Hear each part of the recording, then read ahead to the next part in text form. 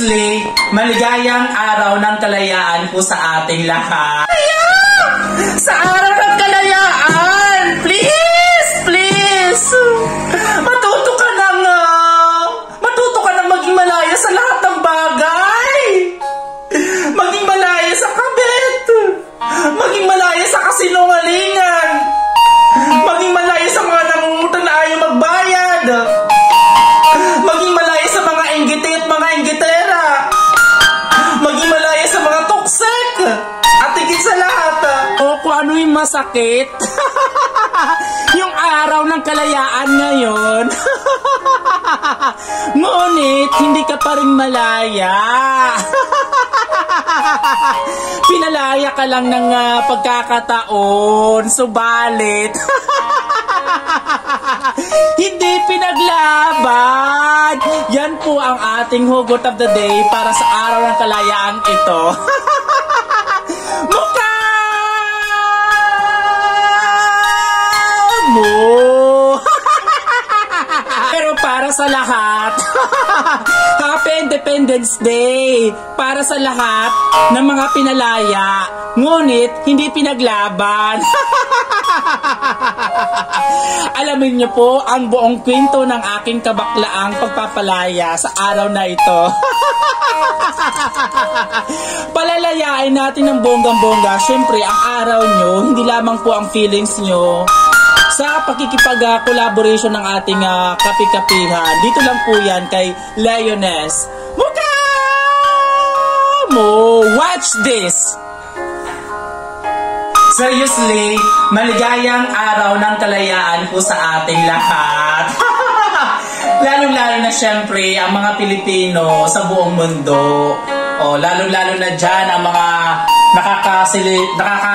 nakakaranas ng kalayaan sa puso, sa isip at sa gawa.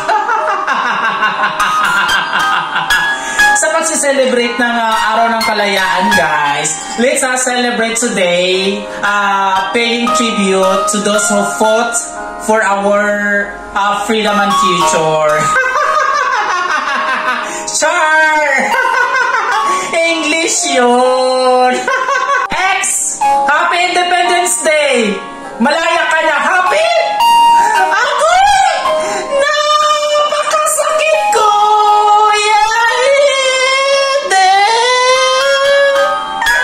Sabi nga nila, ang kalayaan ay hindi lamang sa araw ng kalayaan mismo sa John 12. Subalit datapwa, araw-araw dapat natin sineselebrate ang kalayaan, o diba? Lalong-lalo na sa pagpapalaya sa sarili mo, sa kanya. Total never naman naging kayo. Palayain natin ang feelings mo, guys. Huwag ganon. At hindi lamang kalakip na magpapalaya ng ating feelings, guys. Siyempre, palayain natin ang tunay na nagka-atraso sa atin. Ang mga may atraso dyan. Ang mga nagka-utang. Kung hindi nagbabayad, palayain na.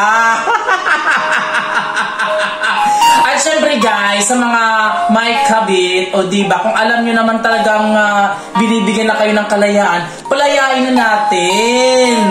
O diba, lalong-lalo naman talaga, kung ang pagpapalaya sa'yo ay, syempre, ay kataksilan ng pagpapalaya para lamang mapagtakban ang katotohanan. Hugot pa more!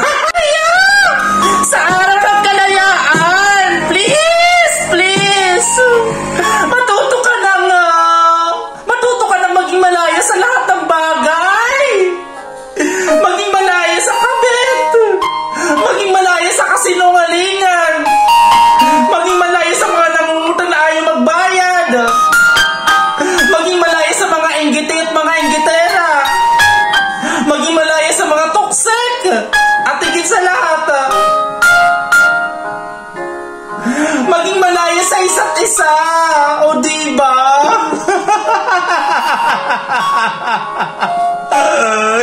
Ikaw, ano ang hugot mo sa kalayaang araw na ito? Kaya ako guys, kung gusto nyo ng tunay na kalayaan, umpisahan nyo within yourself. At syempre, samahan nyo ng pagkikipagkape. At higit sa lahat, be proud. Be proud. Be proud of yourself. Whoever you are, whatever you do. Ang tunay na pagpapalaya ay nasa puso't isipan natin. At hindi po dapat mina-mindset at ginagaslighting, o diba? Gino-ghosting or whatsoever, o kahit ano pa man yun, o diba? Parang ako, malayang-malaya ang aking kabaklaan, malayang magmaganda, malayang ipakita ang aking pagkakamali, husgan man ako ng tao, kung paano ako magsalita, kung mali-mali man ang aking mga sinasabi. Basta aminado, tayo po ay nagkakamali. Yun po ang malaga sa lahat. Ang inaamin na hindi tayo perfecto, na tayo ay nagkakamali. O diba? Pero may gaganda. Ayan po ang aking kalayaan, ng aking kabaklaan for today's coffee vlog. Mukha mo. Much love to all guys, sa mga nakakaranas ng kalayaan sa isa't isa. Tara na guys, magkape na tayo at simulan natin ang umaga ng may bagong pangarap. Ngunit ako ay may isang katanungan lang. Sa lahat ng kalayaan na tatamasa mo, ano ang kalayaan na hindi mo maibibigay at bakit? Kuyawan! Coffee time! Much love!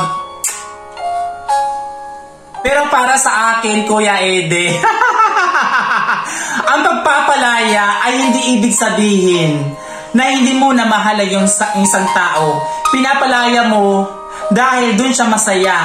Masakit man isipin, pero meron talagang ipinagtagpo, ngunit hindi tinadhana.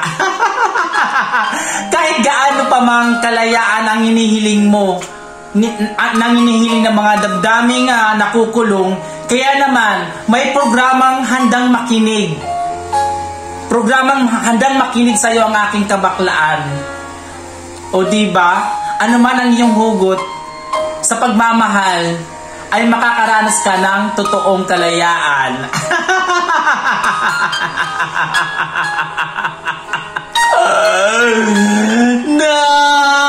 Napakasakit, Kuya Ede. At dyan po winawakasan at tinataboy ang aking kalayang araw ito. Ito po muli ang nag-iisang kalaplapan ng bayan, syempre si Leones. Mukha mo! Much love!